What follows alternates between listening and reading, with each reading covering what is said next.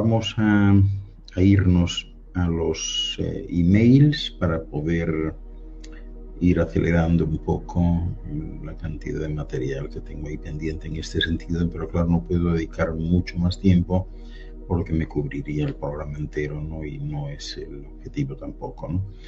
Pero en fin, en esta ocasión me escribe Eduardo Benítez desde Barcelona, España, y pregunta qué es la Pachamama. He hablado de eso en alguna otra ocasión, pero es la segunda vez en esta semana que me tocan este tema y posiblemente sea importante darle otra revisión a lo que es la Pachamama, ¿no? Que es la diosa suprema, ¿verdad? La protectora de la naturaleza, encargada de la fertilización y protección de los cultivos. Esta es importante porque es una de las deidades más relevantes del pueblo andino, ¿verdad? Dentro de la mitología inca existe pues una gran veneración, diría yo, hacia la Pachamama, esta diosa que es una de las más importantes, como os decía, porque su divinidad no se enfoca solo en lo material, sino que va hasta el mundo espiritual también. Ella es la madre de Inti, el dios del sol, y también Quilla, la diosa de la luna. Por tanto, el matrimonio y la fertilidad. En algunos relatos antiguos también la colocan como la esposa de su hijo Inti, ¿verdad?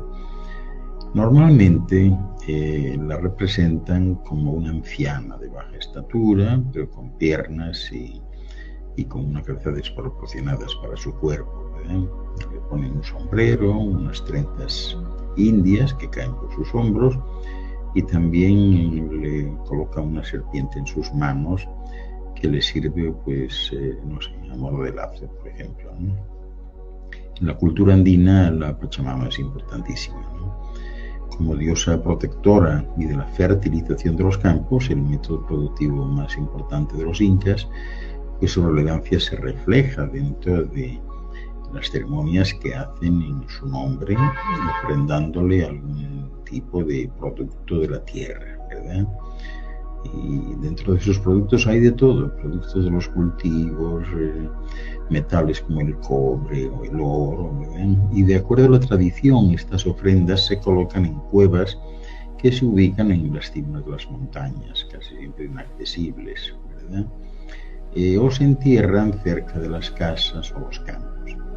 El objetivo principal que tienen estas ofrendas es, como en tantas otras deidades, devolver la gratitud que la Pachamama tiene con los seres humanos, demostrando la relación que tiene esta cultura con la naturaleza.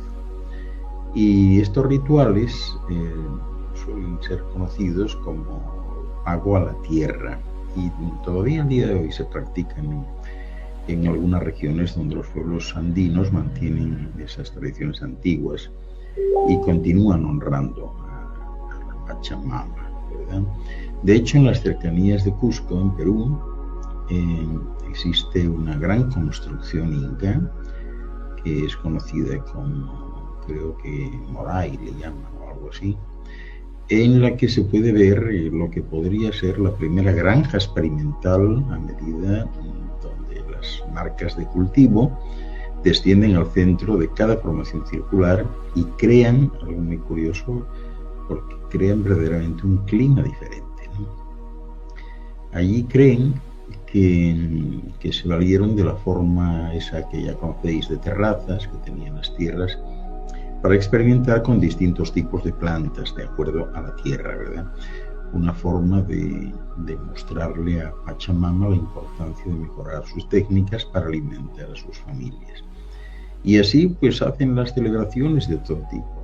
Todavía en la actualidad, hoy por hoy, siguen con los rituales, ¿no? A la Pachamama, ¿no? Y es el 1 de agosto, creo recordar, antes de que inicie la siembra, le dedican un día especial, ¿verdad? Sin embargo, la celebración es distinta según la región.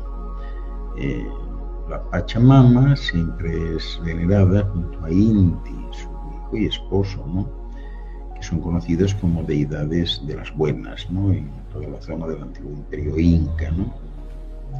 Y bueno, también la tradición llega a las montañas andinas de Ecuador, Bolivia, Chile, Perú, ¿no? y hasta Argentina, el norte, ¿no? O sea que es muy interesante, ¿no? Suelen ser los ancianos, por cierto, los guías del ritual, en donde se le ofrece comida y bebida a la Madre Tierra, y hacen agujeros para colocar la ofrenda. Entonces, estos agujeros luego los cubren y la comunidad pues empieza a bailar, a hacer danzas, ¿no? Esa es su forma de celebrar y de agradecer su bondad. Sin embargo, y a pesar de todo lo benevolente que puede ser, pues los incas también realizaban ofrendas para que no tomase la otra forma negativa, más terrorífica, ¿verdad? Que es la de un dragón monstruoso que ellos creían capaz de generar terremotos. De hecho, las antiguas creencias decían que fenómenos como la sequía, las grandes lluvias torrenciales y los terremotos, pues eran castigos de la Pachamama por no cumplir con sus mandamientos, ¿no? Y bueno, pues qué duda cabe que se trata de una de las diosas más importantes, o de los dioses más importantes de la mitología inca y todo el pueblo andino en general. La Madre Tierra, la diosa de los cultivos, ¿verdad? Que puede castigar a uno pues por no cuidar bien el medio ambiente, ¿no? ¿Qué os parece?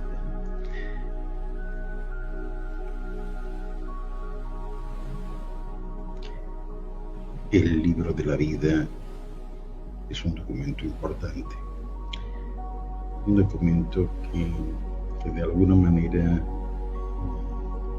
viene a rellenar un vacío que ha existido desde hace mucho tiempo. Sin embargo, todo sucede por alguna razón. Todo tiene su momento, todo tiene su lugar, todo sigue ciclos biológicos y todo tiene un nivel de maduración. Todo encaja siempre.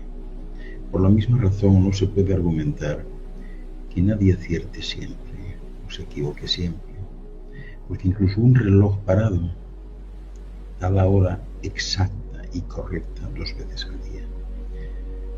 Y es que existe una curiosa ley de la relatividad que sentencia que cuanto más se esfuerce uno por conseguir algo, menos se recibe, aunque solo bajo condiciones de vanidad, ego, apego excesivo, enojo, frustración, codicia, pues los medios determinan el fin.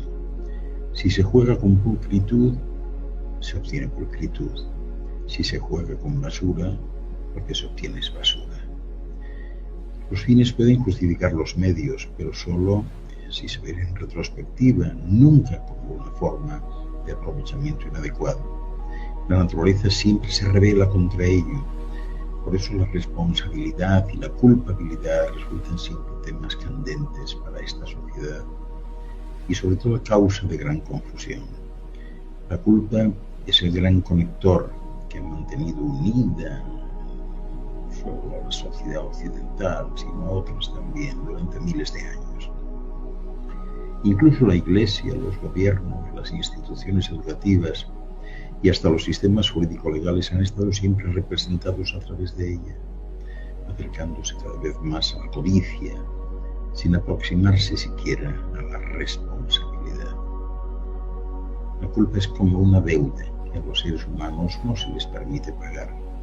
Es como embaucar a alguien para que roben el dinero y rechazar después las disculpas e incluso el mismo dinero.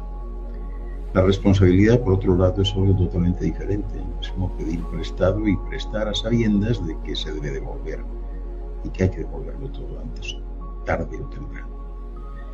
Asumir una responsabilidad significa que a pesar de las penurias que impliquen las decisiones, al final se logra equilibrarlo todo, bien sea un asunto de tiempo, de energía, de amor o de dinero. ¿Qué os parece? Teresa Cebes, desde Ciudad de México, sobre la sociedad secreta Vril. Ya lo he comentado en algún momento, pero tal vez merezca la pena refrescarlo, ¿no? Porque cuando muchas personas preguntan sobre lo mismo es porque algo flota en el ambiente y conviene acotarlo de alguna forma, ¿no? Bueno, pues la sociedad Vril fue fundada hace más de 100 años, ¿no? y mantenida en secreto pues hasta el día de hoy. Esta es una de las sociedades de ocultismo, pues, yo diría que incluso más siniestras de toda la historia, ¿no?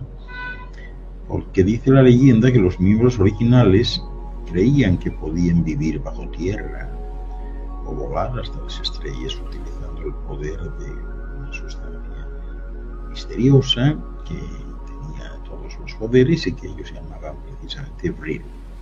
Estaban seguros de que algún día dominarían el mundo con esa sustancia y bueno, después de lo que pasó con el Tercer Reich, habría que decir que estuvieron cerca de conseguirlo, ¿no?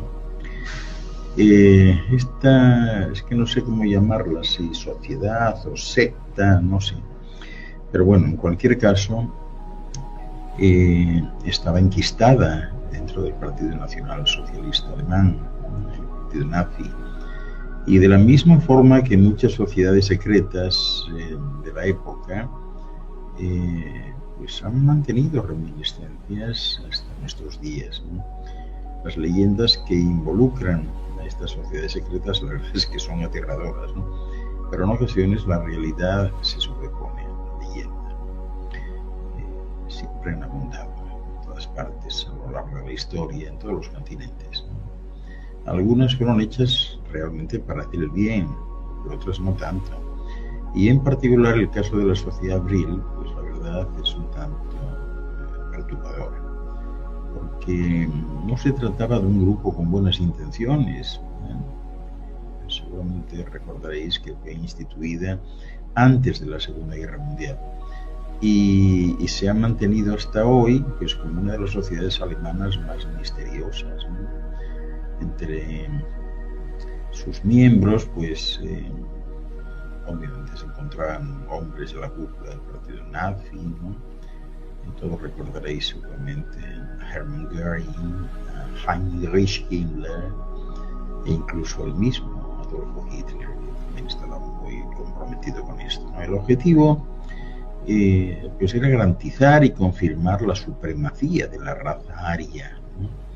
Pero mucho antes de que los nazis llegaran a existir, los ocultistas Vril ya trabajaban ellos en completo secreto, haciendo cualquier cosa para garantizar pues, lo que ellos entendían el poderío ario, ¿no?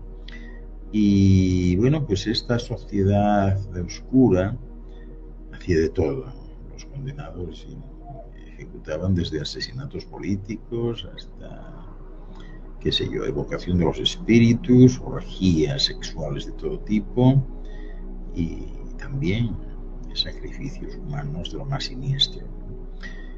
Estas prácticas tuvieron su auge a finales de la Primera Guerra Mundial en Baviera, donde había un grupo de hijos ilegítimos y huérfanos que se refugiaron en cuevas y albergues procedentes de lugares devastados por la guerra. Y estos eligieron a aquellos niños porque su desaparición pasaría inadvertida. Y dice la creencia que el Vril proveniente de un niño es más concentrado y poderoso que cualquier otra fuente, así que los niños eran vistos como una especie de portales entre el mundo astral y el mundo material, en una forma en que los adultos pues no podían serlo. Por lo tanto, pues eran ellos ideales como víctimas del sacrificio humano. De la energía Vril pues se podrían decir muchas cosas, ¿no? Para ellos era lo más grande en aquel momento, ¿no? Y eminentemente poderosa, ¿no? Ofrecía a sus seguidores pues muchas capacidades, ¿no? Por ejemplo, la capacidad de curar o de herir a la gente, de levantar objetos, la telequinesis y finalmente pues la elevación de ellos mismos a otra dimensión de nivel superior, ¿verdad? Decían ellos que la parte final de la energía Vril era alcanzada a través de la meditación y de las orgías sexuales que hacían, ¿no? Aparte del sacrificio de los infantes. Y se consideraban seres superiores capaces de llevar a cabo actos inimaginables, ¿no? Y casi todo sucedía bajo tierra. Cuando este supuesto poder llegó a los oídos nazis, se apoderaron del concepto de la secta y siguieron sus prácticas, ¿no? Y este es un concepto curioso, ¿verdad? Que yo creo recordar que fue acuñado de un libro de ciencia ficción allá por 1870 o por ahí, que era llamado The Coming Race, la raza del futuro, y escrito por un tal Edward Bulwer Lytton. En este libro, el hombre describe una raza llamada Vrilia, ¿no? Que tendría, según el autor, el dominio completo de la fuerza Vril. Bueno, pues no se trataba más que de ciencia ficción, pero en cualquier caso se hizo de adeptos, porque la ciencia ficción en aquella época de la historia era un fenómeno popular entre las masas, ¿no? Y esta rama de la literatura pues era algo considerado tan único que mucha gente llegó a creer que era de verdad, ¿no? El tal Lytton también indicaba en su libro que estos seres, los Vrilia, con total dominio de la fuerza Vril, tendrían el poder para hacer prácticamente todo lo que quisieran, desde curar enfermedades a destruir a la humanidad si se lo propusiesen. El protagonista de la historia revela que un niño poseedor de la fuerza Vril era capaz de destruir una ciudad entera. Y bueno, pues en muchos aspectos este hombre, este Lytton, fue el precursor de algunas de las ideologías que dieron lugar a la solución final, ¿verdad?, como llamaban entonces.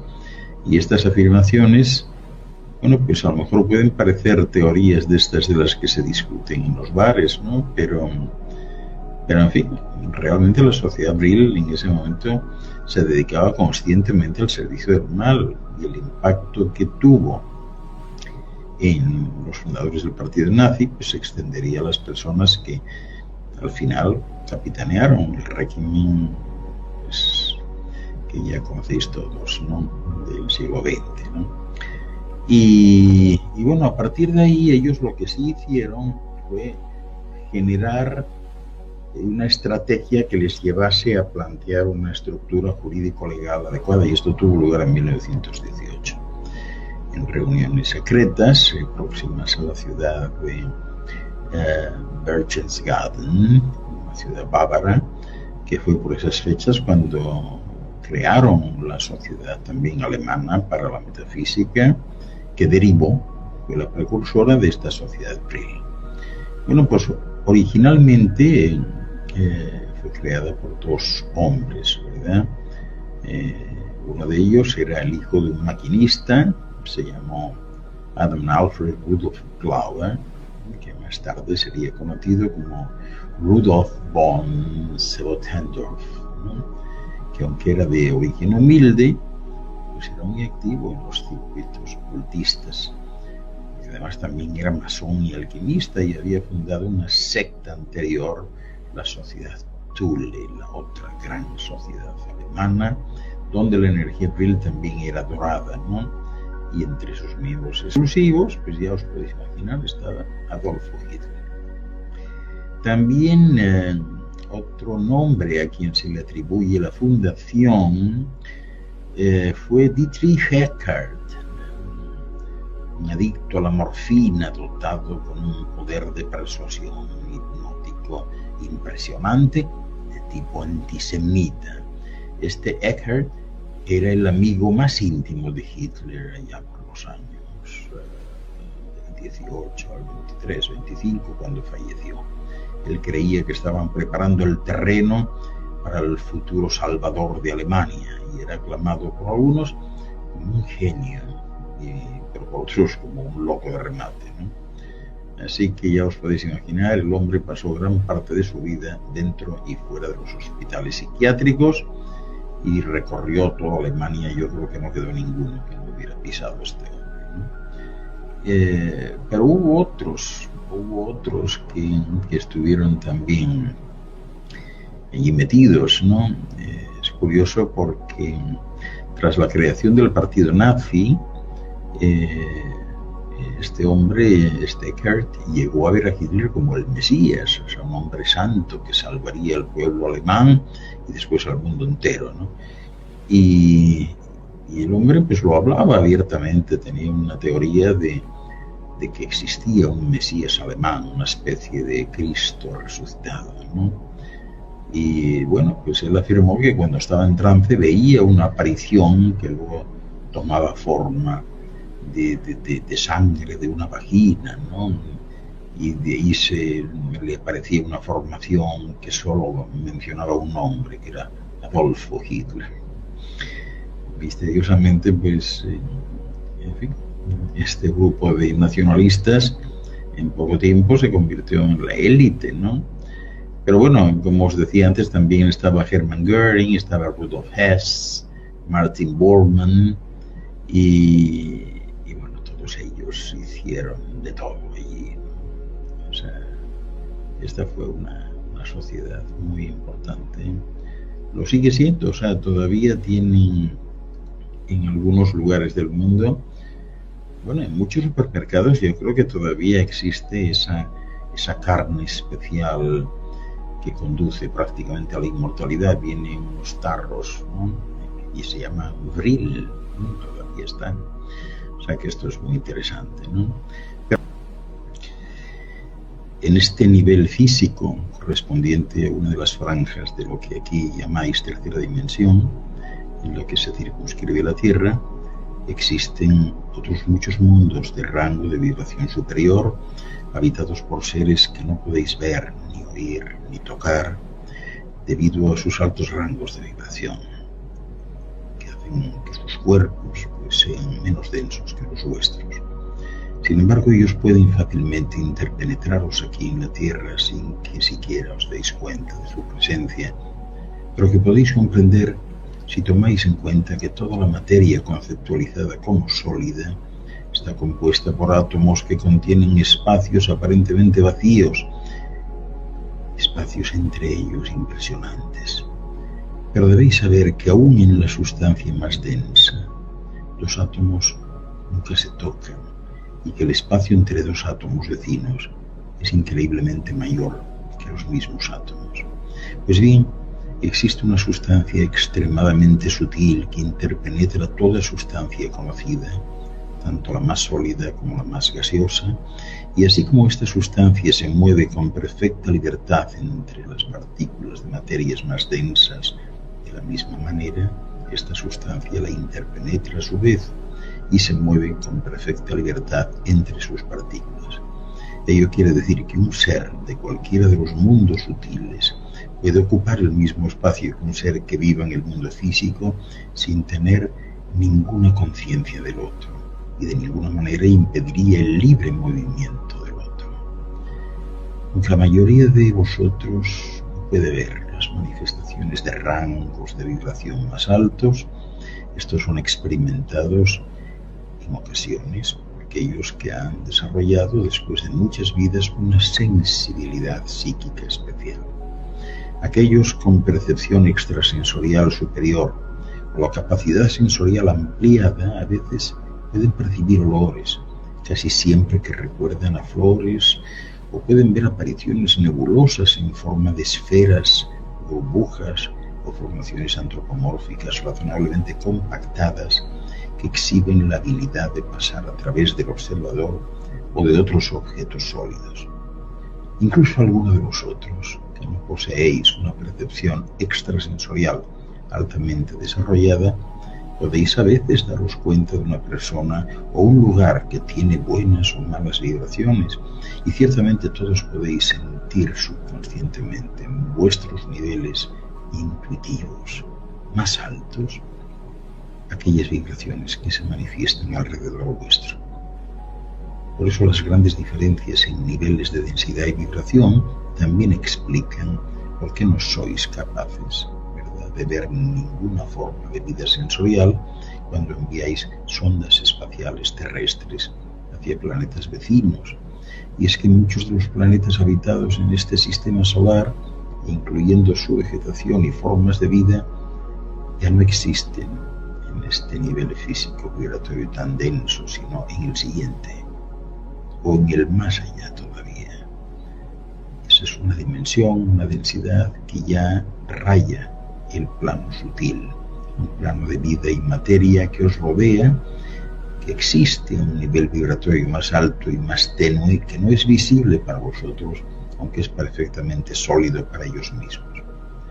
Así que cuando se envían desde aquí sondas espaciales exploratorias a los planetas vecinos, la nave espacial, sin saberlo, pasa a través de estos planos vibracionales superiores y continúa descendiendo hacia la costra física más densa del planeta habitado previamente y cuya humanidad, en algunos casos, ascendió a una dimensión, un supertono más alto, dejando la parte más densa del planeta prácticamente yerma, desierta.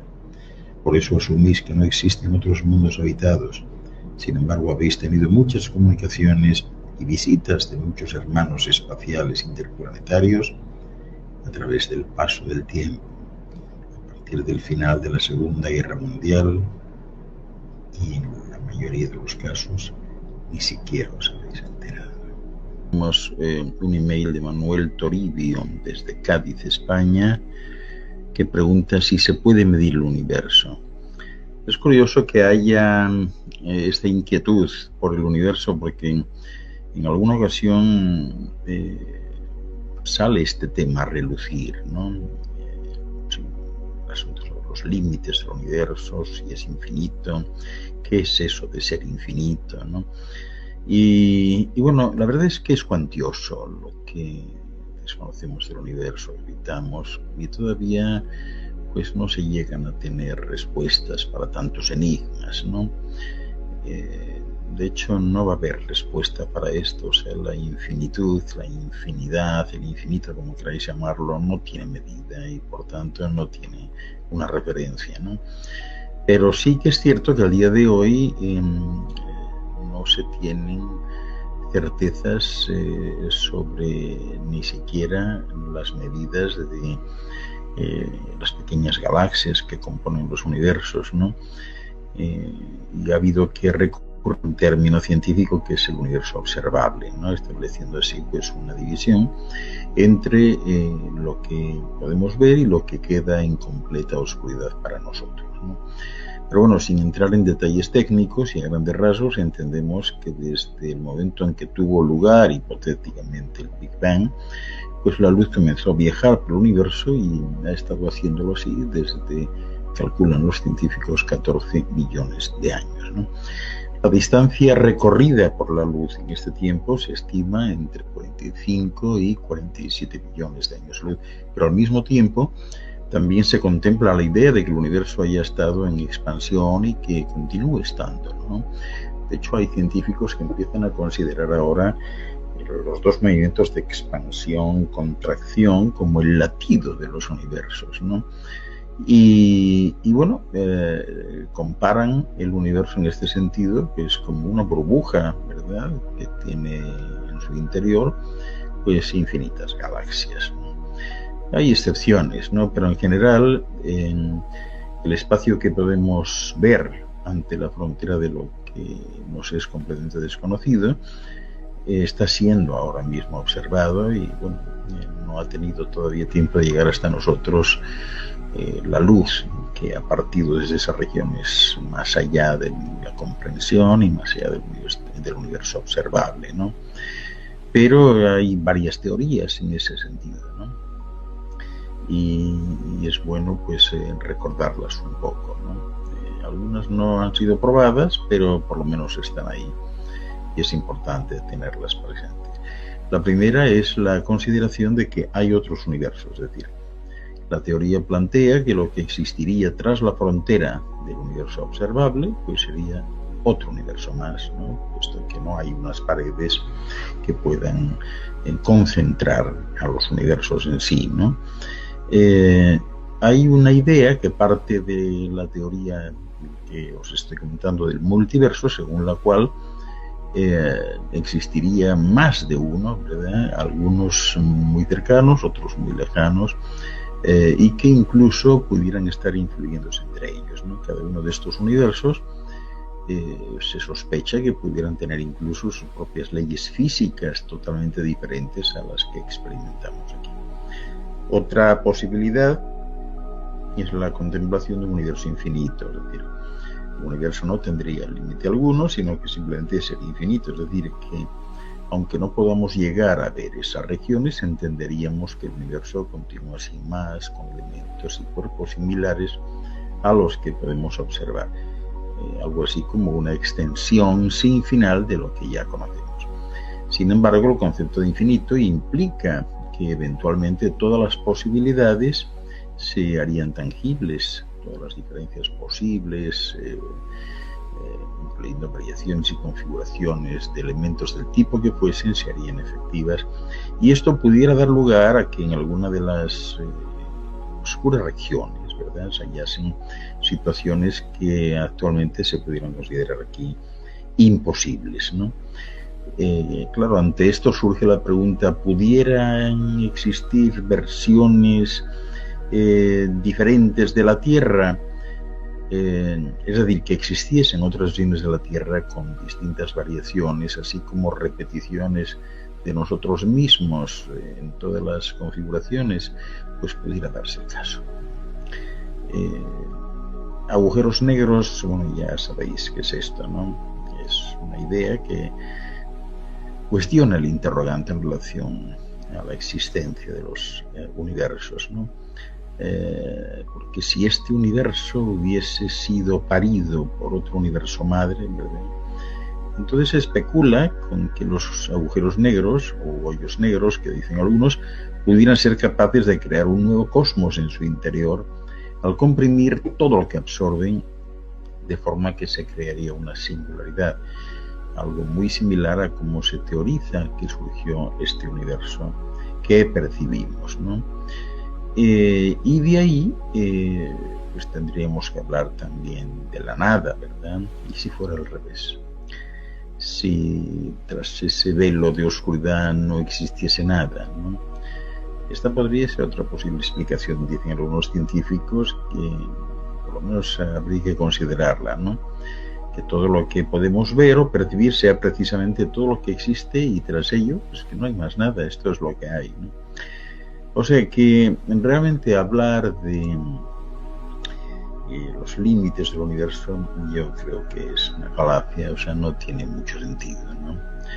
Mejor os vais haciendo la idea de que esto nunca tuvo un principio, jamás tendrá un fin, siempre ha estado ahí, eso sí, en constante cambio, en constante movimiento, pero siempre, es decir, nunca se ha perdido nada, porque no hay ningún lugar a donde pueda ir, y nunca ha surgido nada más que los resultados de esos cambios, ¿no? Vamos a hablar del libro de la vida. La ilusión de la vida es creada tan solo por el pensamiento, que limita las expresiones cósmicas, pero el verdadero significado de la vida impulsa el esfuerzo hacia el infinito. La base del esfuerzo reside en la afirmación de lo interminable de vuestras misiones. Soléis hablar mucho acerca de los que no tienen entendimiento de lo que une a vuestros seres. Al haber aceptado la vida, debéis aceptar el poder del vínculo, ¿verdad?, porque las mentes desunidas difieren en los rayos del entendimiento, y esta desunión aleja la conciencia de la fuente primaria. El poder del vínculo está afirmado como el poder cósmico, y el ser humano no puede aislarse. Solo después de haber abolido la creencia en una caída precipitada al vacío, la conciencia se puede elevar al concepto del infinito. El eco del espacio lleva al mandamiento de las manifestaciones cósmicas, y todo lo que la humanidad posee proviene de lo más valioso del cosmos. Pero es necesario entender en su totalidad la inmutabilidad de vuestro curso de evolución. Cada comienzo depende del entendimiento, de la afirmación, de la evolución cósmica.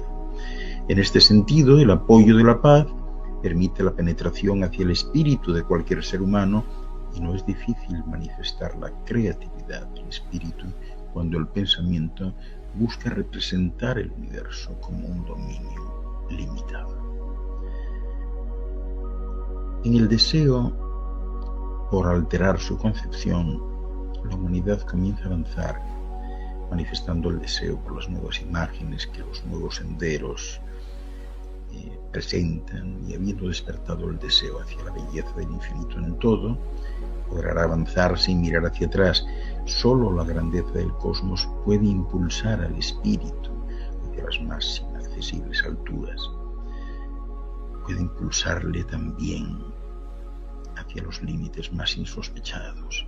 Claro que si fuera posible transmitir el concepto del infinito en toda la esencia del entendimiento cósmico, la humanidad podría alcanzar cotas aún más impresionantes, pero este logro es solo posible a través de la ampliación de la conciencia.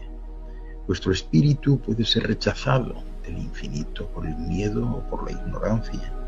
Los lazos de vuestras vidas se amplían desde las profundidades del infinito hasta las alturas del mismo infinito, y el poder del cosmos, que es invencible, es de una sola esencia, al igual que la vuestra, y así como el elemento del fuego es inconquistable, del mismo modo lo es vuestro espíritu. Los padres creadores de estos mundos están vivos y siguen construyendo, y cabe proclamar no la utopía imaginada por la humanidad, sino una verdadera inercia por la construcción interminable. Estar saturados con ira y cegados a la luz de la realidad cósmica os expulsa de la cadena simplemente. El entendimiento de la responsabilidad tiene que ser desarrollado de forma ilimitada. El espíritu humano, siendo potencialmente creador, carga con la responsabilidad de todas sus acciones, y por tanto no debéis tener miedo de cumplir con la responsabilidad que habéis contraído, porque no sois responsables tan solo con vosotros mismos, sino con el cosmos. Por supuesto, el cosmos siempre os acompaña y envía ayuda, pero la humanidad piensa en alterarla para acomodarla a su propio entendimiento, y todo lo que lleva al pensamiento ilimitado avanza un paso con el cosmos. En esta época de división entre el espíritu y la materia, cada acción deja constancia en una sustancia idéntica a la energía del cosmos. Cada átomo se mueve conforme a un cálculo exacto y siempre se crea energía de cada convulsión del espíritu. El plan de la naturaleza, Dios, se lleva a cabo inexorablemente conforme al diseño de cada cual, y la misma ley impresa por los padres creadores del mundo es la que impera. El impulso de vida vive dentro de cada ser humano, y la vida, esencia del cosmos, une todo lo que existe. Los inicios hacia la ascensión siempre están acompañados por formaciones de ese impulso de vida que mueve la mano de un Padre Creador, o por el embate del viento que lleva la semilla de vida, que al encontrar un suelo apropiado puede revelar la germinación de la creatividad. Aquel que esté agobiado por los problemas de la construcción de la vida tiene que aceptar con su espíritu que el impulso de la vida es de una magnitud ilimitada. El anhelo, ¿verdad?, por la comunión con los mundos distantes proporciona la posibilidad de adherirse al ritmo del cosmos. La fecha predeterminada para que la humanidad se dé cuenta del infinito penetra ya las capas de los efluvios cósmicos, y muchos de vosotros ya os encontráis buscando acercaros a la verdad, abriendo la conciencia a todas las posibilidades, sin limitar ningún tipo de procedencias. Bien, y con esto llegamos al final, pero quería sugeriros algo. Hay algunos de vosotros que tenéis en casa telescopios. La Navidad es un buen momento para mirar a la luna. Es decir, si tenéis dudas de qué sucede por allí, de repente os podréis encontrar con sorpresas, porque que la luna es muy bulliciosa, hay mucho que ver. Con esto os dejo, después me despido y cerramos el programa.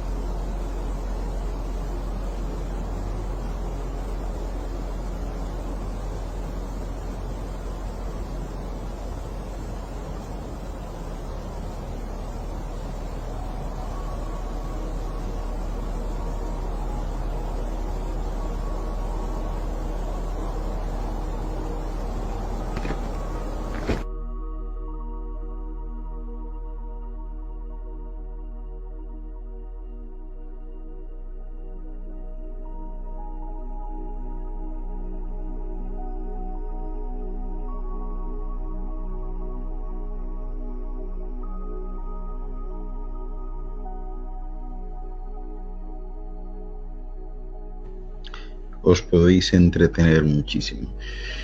Y bueno, pues nada más, desearos una feliz Nochebuena, una feliz Navidad, y tened presente eso, que si os encontráis y veis a alguien cerca que sabéis por vuestra intuición que necesita y no pide, dadle todo lo que podáis. Saludos afectuosos, luz y salud. Nos vemos el viernes a la misma hora.